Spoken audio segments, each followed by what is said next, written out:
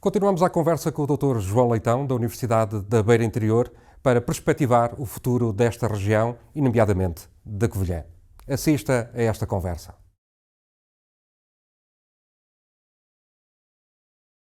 Dr. João Leitão, bem-vindo a mais uma conversa. Nós já falámos de política regional para enquadrar a Covilhã nesta região da Cova da Beira Interior, mas a cidade em si, hoje nós temos que começar a pensar as cidades, a forma como se movimentam, como crescem, como se desenvolvem. Quando nós hoje olhamos para a Covilhã, o que é que vemos? Vemos uma cidade organizada, com estratégias, ou vemos aqui uma política de cogumelos, ou seja, que as coisas vão crescendo por si só, sem uma linha condutora? Como é que vê esta nossa cidade da Covilhã? Bem, como o João sabe, eu nasci na Covilhã e, portanto, já experienciei a Covilhã em diferentes fases. Tenho ainda uma recordação muito grata do que era a Covilhã industrial, pujante, em termos de empresas de lanifícios e depois numa segunda fase também de confecções, com um centro histórico que concentrava muitas pessoas e poderei dizer ao tempo jovem, povoado de casais jovens, com filhos. O centro gravitacional era o Pelourinho, não só pelo facto de estar ali como está hoje a Câmara Municipal, mas sobretudo porque havia um conjunto de serviços à volta, não é? Que interagiam com as empresas, que levavam as pessoas a confluir ali naquela ágora, usando a terminologia mais grega, e havia a cultura e o hábito de ir ao Pelourinho para ser visto, para ver, para ir ao mercado. Havia a tradição... Era o coração da cidade, não é? Exatamente. Havia a tradição de ir à praça ao sábado, ao domingo ir à missa, nos diferentes horários, e, portanto, isso criava dinâmicas relacionadas com o emprego e também com a cultura e com a própria expressão religiosa, que transformavam o centro da cidade num centro vivo e dinâmico. Isto era assim até há 20 anos atrás. Tudo se transformou. Tudo se transformou. Falou-nos, por exemplo, do centro histórico. Essa realidade que me fala já não é a realidade que existe hoje. Não. Hoje a realidade do centro histórico hoje é um centro histórico parcialmente em obras, mas com problemas estruturais. Um centro histórico extremamente envelhecido, onde há... E centro histórico não falamos só na parte traseira da Câmara Municipal, portanto falamos de todo o núcleo urbano que vai na encosta. Todo o núcleo urbano até ao limite da subida para a serra, claramente. Que sempre foi uma grande desvantagem em termos geográficos e orográficos também à expansão da própria cidade. E, portanto, todos recordamos, obviamente, a importância da obra da passagem subterrânea, que permitiu, digamos assim, a expansão da Covilhã para o Val. Uhum. Nós sempre tivemos essa limitação é conhecida, mas eu gostaria, sobretudo, de colocar a tónica na mudança social que foi operada nesta mancha, que não é propriamente só Santa Maria, ou as traseiras da Câmara Municipal. Sim, sim. Obviamente, o bairro municipal, a zona da Mata, São Martinho, uma grande parte ainda também da Conceição e de São Tiago. Portanto, nós temos diversos núcleos dentro daquilo que é o núcleo urbano da Covilhã, mais tradicional, mais histórico, que estão ao abandono.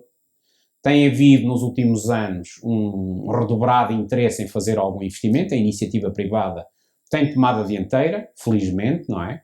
Na reabilitação de algum património. Também algumas instituições, nomeadamente no setor social, têm feito um trabalho, estão a fazer trabalho nesse sentido. O caso da Mutualista, obviamente, sim, também é um exemplo que tem que ser sublinhado.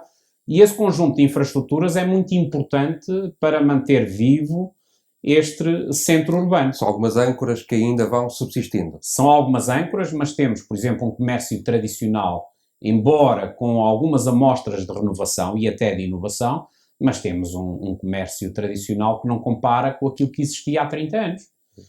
Basta fazer um termo de comparação. Por exemplo, há 30 anos atrás nós ainda tínhamos estabelecimentos de ensino, até mesmo privados, naquilo que era esta área de centro histórico. Hoje não temos. A população está fortemente envelhecida, tem outro tipo de necessidades. Portanto, não há estruturas comerciais nem de apoio social que consiga chegar a uma área com estas características. Há o problema da mobilidade, a orografia não ajuda. Estas pessoas, grande parte delas vive isolada. Portanto, só quebra o isolamento se tem efetivamente acesso a instituições de solidariedade social. Caso contrário, vive numa situação muito complicada. Portanto, com parques de rendimentos, é preciso notar que muita da população residente envelhecida tem reformas muito limitadas e que têm origem daquilo que era o desenvolvimento da sua atividade no subsetor de lanifícios e também de confecções.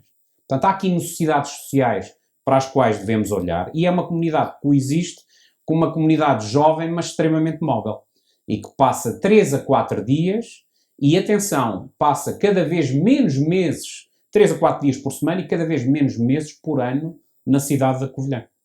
Porque, obviamente, os calendários, a possibilidade de haver mobilidades e sobretudo, aquilo que estamos a experienciar já nos últimos 9 meses, não é? O ensino à distância. O ensino à distância, portanto. Mas isso são realidades que se vão intensificar e aprofundar. E com quem temos que nos confrontar. Exatamente. E temos que preparar, digamos assim, estas áreas e pensar estas áreas de uma forma diferente. Mas não podem ser as famílias a pensar essas regiões. Cada um vive... Geralmente os casais com mais idade estão ali à espera de um dia vão partir, os filhos já não querem viver nessas zonas, portanto as casas vão-se perdendo. Exatamente. Não podemos estar à espera que sejam as famílias a repensar essa região. Qual é a estratégia para revitalizarmos todas essas áreas?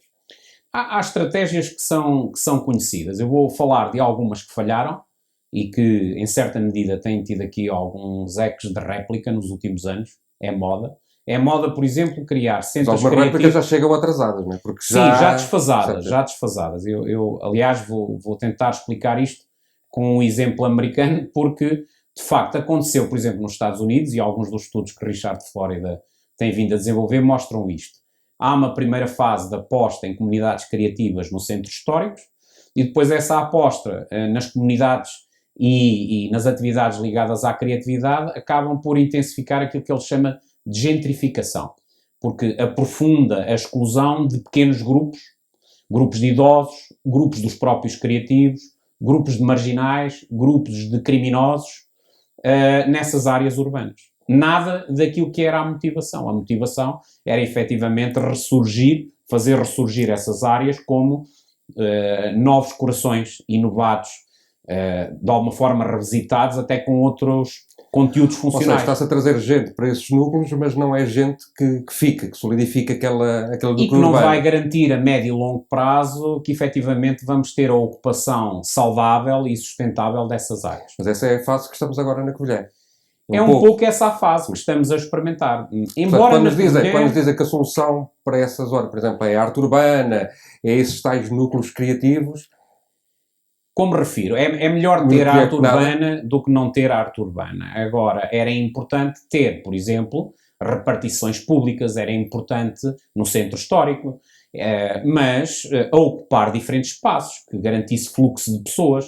Era importante ter condições condignas de habitabilidade para pessoas mais idosas, era importante ter uma intervenção ao nível da própria iluminação e do próprio saneamento. Estacionamento, talvez. Estacionamento, garantia de condições de mobilidade para pessoas em diferentes idades. E era importante, sobretudo, recuperar uma questão que no passado foi muito valorizada, mas que basta olhar para a densidade de estabelecimentos comerciais que hoje temos, que é mínima, e que pode ser um pouco também consequência daquilo que é a concentração na parte baixa em torno das grandes superfícies. Onde estão o fluxo das pessoas. Não é? Mas a modernidade mostra que há espaço para os estabelecimentos mais tradicionais e de pequena dimensão, e ligado aos produtos artesanais e ofertas inovadoras. Portanto, é preciso pensar o espaço no sentido de criar um centro comercial a céu aberto neste centro histórico. Para revitalizar o próprio comércio. Para revitalizar o próprio comércio. E quando falamos de um centro comercial a céu aberto, podemos cair outra vez no mesmo erro de cada comerciante vai por si.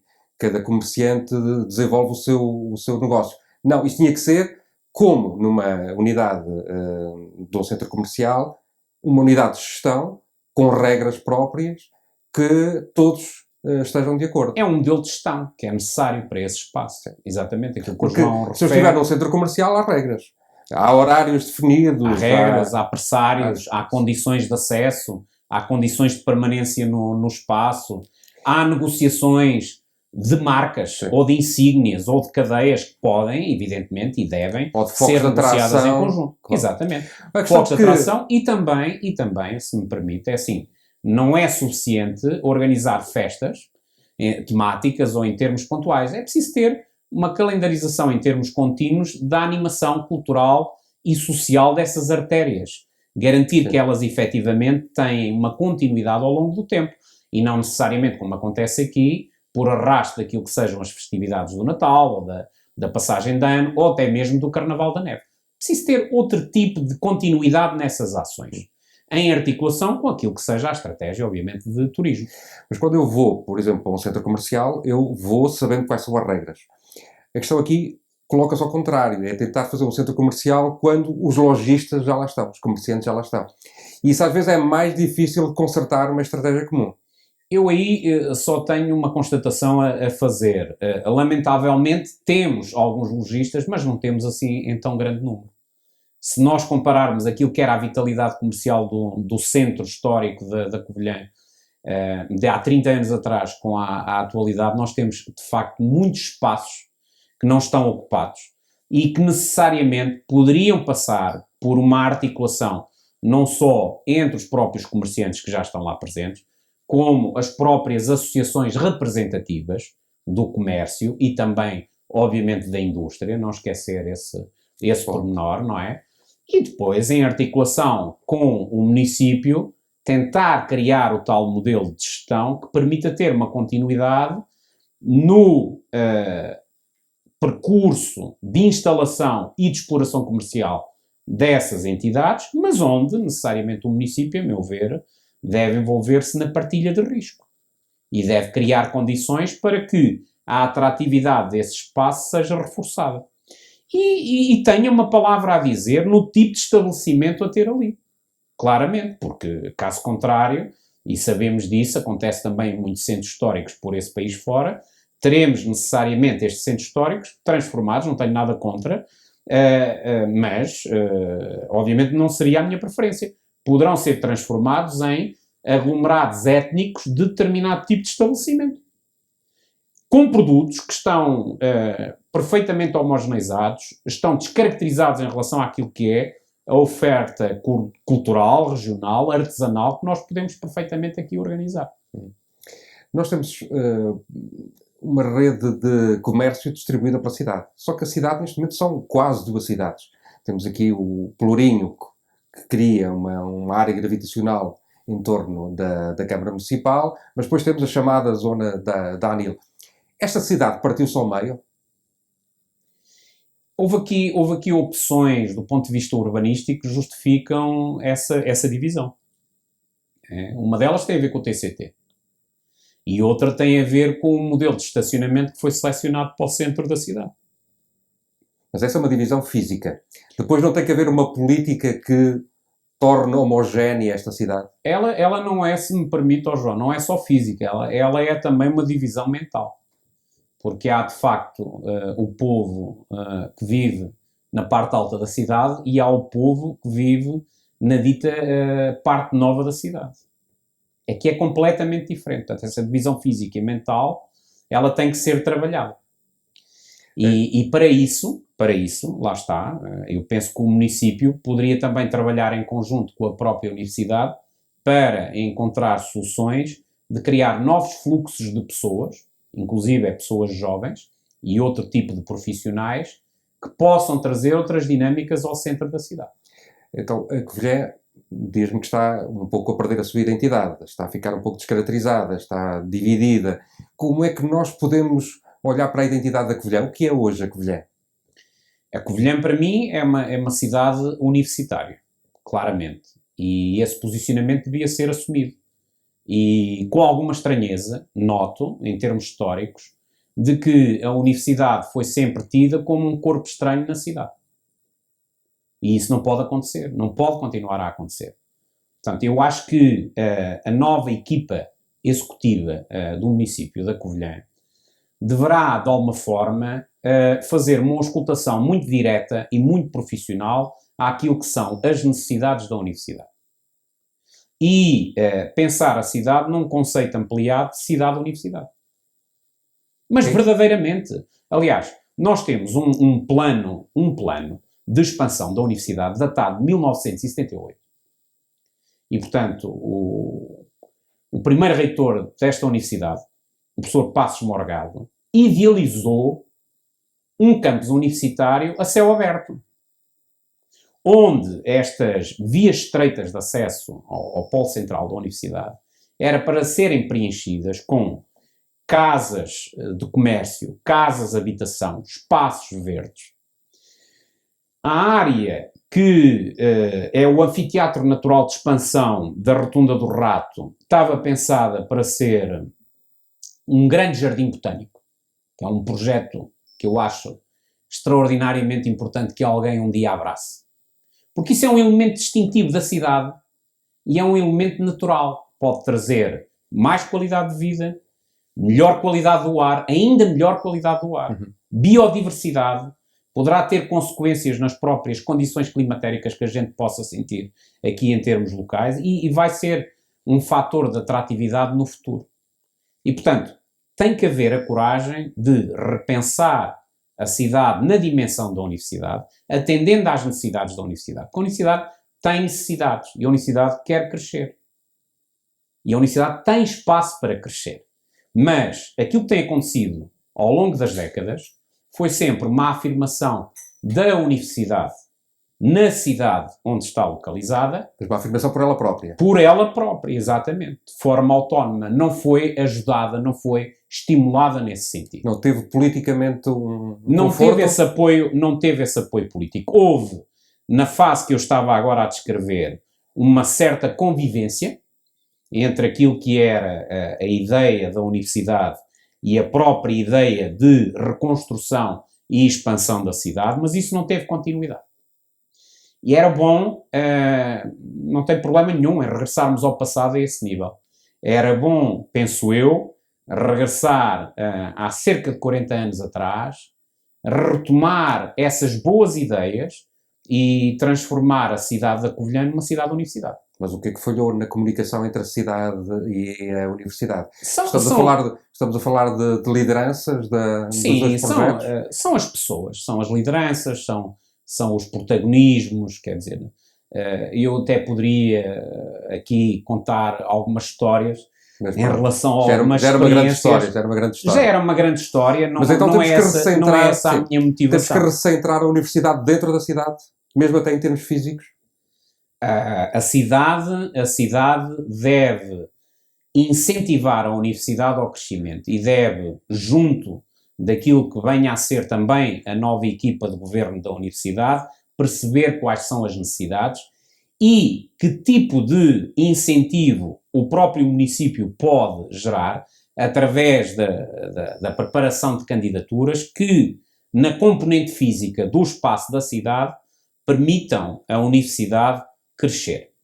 Eu vou só dar aqui um exemplo de um projeto que há uns anos atrás, mais concretamente com referência à minha passagem pela administração da universidade, entre 2009 e 2012, que tivemos em cima da mesa e que podia ser um projeto, penso eu, que ligando diversas áreas disciplinares podia reconfigurar por completo a própria oferta da universidade e da cidade, que era um projeto ligado à água. Nós temos água aqui como poucos municípios no país têm. Água abundante, água de qualidade. Cara. Água cara também, mas não temos uma piscina olímpica. Não temos infraestruturas laboratoriais para capitalizar os investigadores de renome mundial que nós temos nessa área, nas ciências do desporto.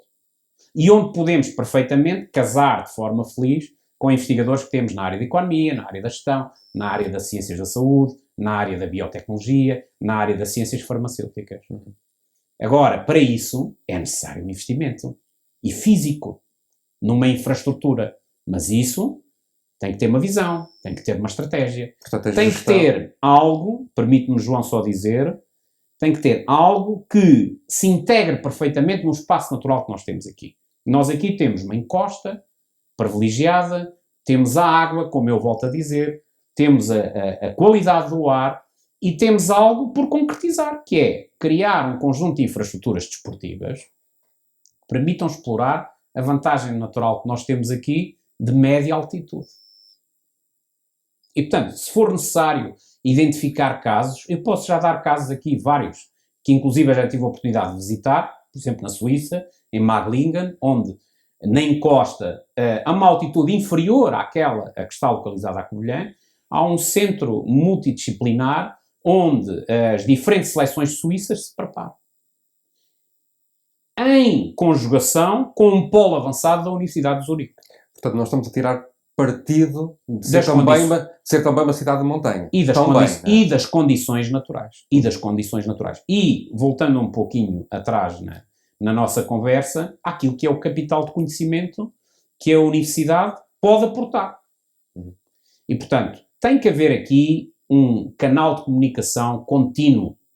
Nem que isso seja feito por via de um órgão constituído para o efeito, nem que seja um órgão de staff, mas que reúna, não é temporariamente, reúna de forma contínua, regular, e que identifique essas necessidades e crie as condições para que, em função dos programas que existam de financiamento, sejam criadas as condições físicas e as condições de apoio a determinados investimentos também intangíveis que é necessário trazer para a cidade e, por consequência, para a universidade. É assim que eu acho que faz sentido pensar a cidade. Portanto, os três pilares que estamos aqui a falar é a universidade, a montanha e a indústria? E a indústria, onde necessariamente os diferentes níveis de governo devem interagir. Agora, garantir com isso... E uma cúpula com a reitoria e a Câmara Municipal. Certamente. Mas não podemos dissociar, obviamente, aquilo que são as instituições que existem aqui. E, portanto, há instituições, nomeadamente no setor social, no desporto, não é? Não podemos também, ainda não falámos nele, não podemos, obviamente, ignorar o embaixador que nós temos, que é o Sporting Clube da Covilhã, é o embaixador, claramente.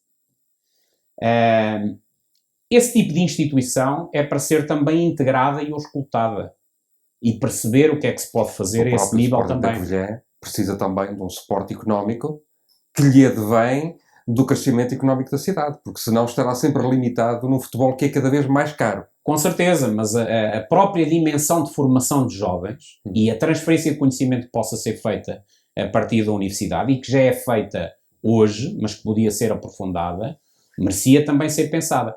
E não esquecer também as instituições, obviamente, do setor social.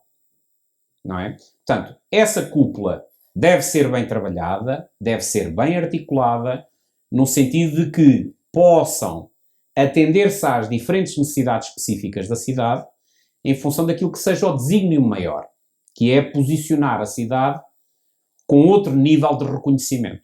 Se no passado a cidade foi reconhecida pela sua dimensão industrial, ela hoje deve ser posicionada e reconhecida pela dimensão de conhecimento. E como é que esse conhecimento pode justificar a presença e a atração de pessoas, a presença e a atração de investimento, a presença e a atração de produto turístico, mas também de procura turística. Muito bem. Então vamos caminhar em direção ao futuro. João Leitão, obrigado pela sua colaboração, pelas suas ideias. Continuaremos a conversar. Eu é que agradeço e acompanho com entusiasmo, obviamente, o trajeto do João Morgado. Tenho estima pessoal, conhecemos-nos há muitos anos. Desde criança. Uma coisa que eu gostaria de frisar aqui, portanto, os nossos pais... eram grandes amigos. Eram grandes amigos. Eu diria mais, são amigos. São amigos. Infelizmente, o pai do João Morgado já não está entre nós, o meu pai ainda está, mas os nossos pais são amigos. E, portanto, isso também explica muito um pouco da ligação que nós hoje aqui temos nesta conversa e certamente algo que nos une era vermos a nossa terra afirmada e o João tem feito isso através do seu percurso como escritor e desejo-lhe sucesso naquilo que é, obviamente, este percurso agora também numa dimensão mais política e daquilo que necessita da minha pessoa para contribuir para que a nossa cidade se afirme como merece, pois disponha, cá estarei com o meu humilde contributo à disposição. Eu pessoalmente agradeço. E viva a Covilhã! Eu pessoalmente agradeço, a Covilhã também agradece. Ora é essa. Obrigado, João. Obrigado.